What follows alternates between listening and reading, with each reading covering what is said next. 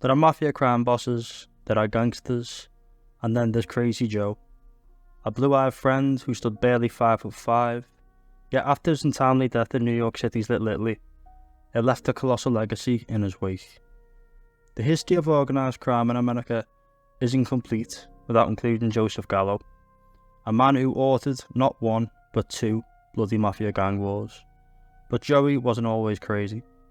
So what happened to Crazy Joe Gallo, and how did he rise to prominence from obscurity at the peak of organised crime in America? Born on April 7th, 1929, to Umberto and Mary Gallo in the New York City neighbourhood of Red Rock.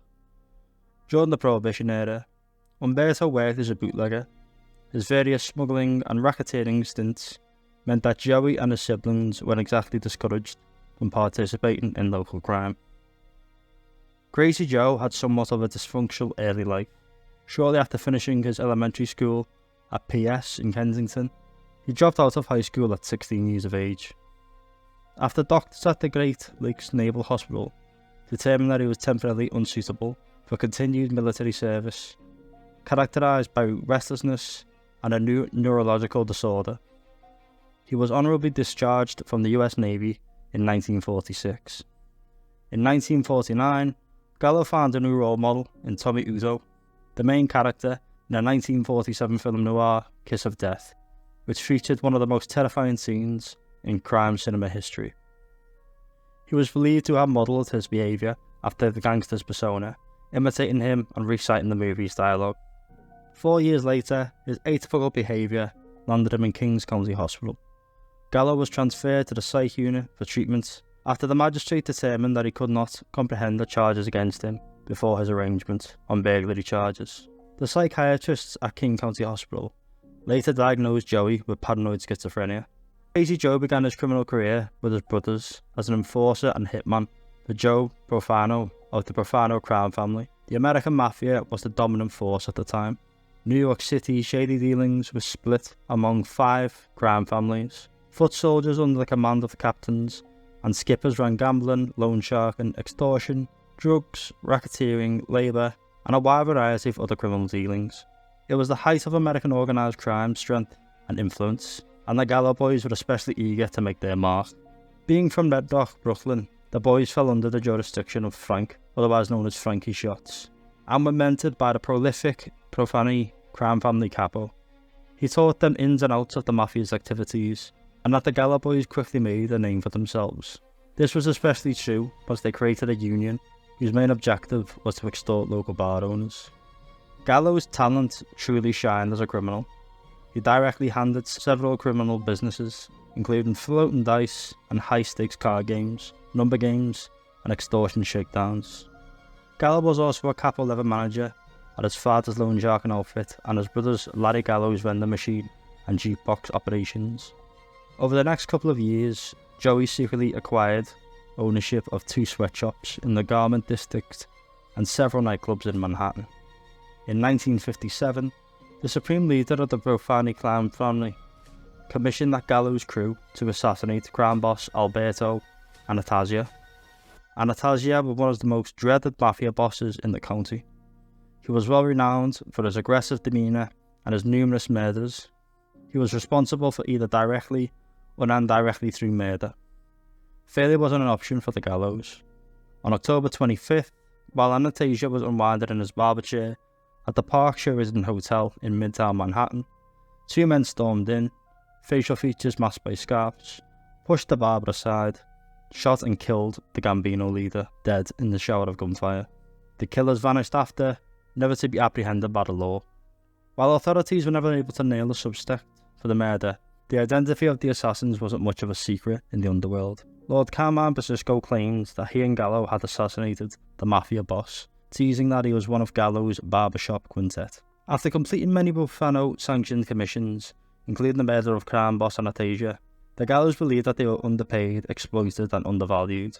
The Gallos took some important family members hostage to express their discontent, including the underboss, who was also Buffano's cousin and brother-in-law. Crazy Joe, being who he was, intended to kill some of the hostages to demonstrate to everyone that the Gallos were serious about their business. But his brother Larry, the Gallo leader at the time, rejected the plan. Profaci immediately agreed to most of the reform and fairness demands, but only on the surface. The Gallos subsequently freed their captives. However, unsurprisingly, Profaci, after getting back his family's lieutenants, broke his word and declared war. He convinced Carmine Pacisco, a Gallo higher up at the time, to change sides. Carmine kept his new alliance a new secret from his old friends. The Gallos only discovered his betrayal when they almost succeeded in strangling Larry Gallo to death during a rebel meeting in a Brooklyn bar, only to be interrupted by a passing police officer. The Gallos began referring to Pacisco as Snake, a moniker that stuck. The entire New York Mafia started to feel the heat as the flames of war continued to burn all over New York City. The pressure from law enforcement and the media made these things difficult for the other four families, and the bosses cautioned Profaci to think of the bigger picture.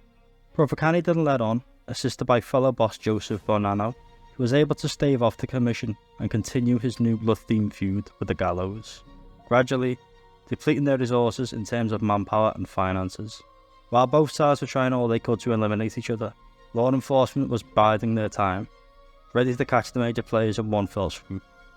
In late 1961, Joey was charged with conspiracy, attempted extortion, and sentenced to 7 to 14 years in prison. A year after Crazy Joe was sent to prison, the commission was finally able to broker a leave deal between the Gallos and Profaci. This marked the end of the First Colombo War.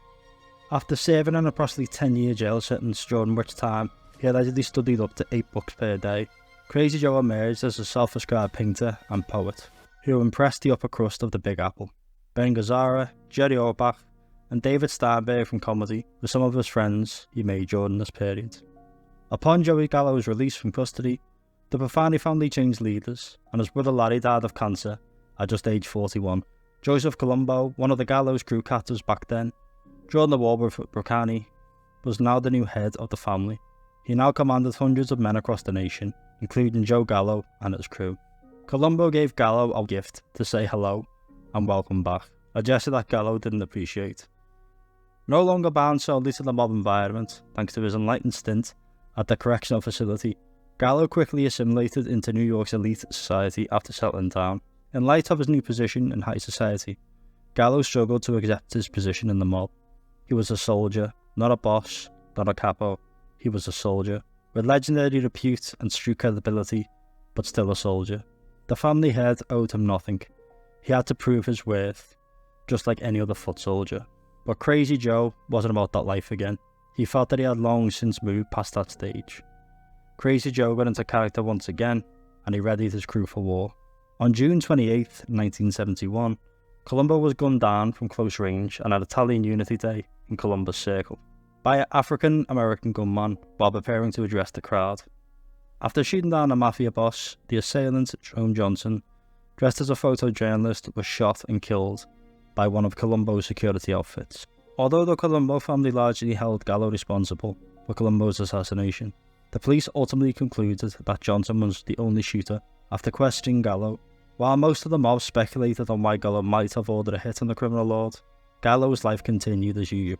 Around 4:30 AM on the 7th of April 1972, a short year after Colombo was murdered, Gallo and his family gathered to celebrate his 43rd birthday at Umberto's Clam House in Little Italy. Shortly after the celebrations began, gunmen stormed the restaurant, guns blazing, aiming for Joey. According to witnesses, he sought to divert fire away from his family. Fatally injured, he was transferred to Beacon Downtown Hospital in a police cruiser where he was admitted and later declared dead at around 5:30. After 2 wars, the chronicles of the crazy kid from Red Hook, Brooklyn, closed this chapter. Joseph Gallo was just in his early 40s when he was shot, yet he had a lasting place in American popular culture.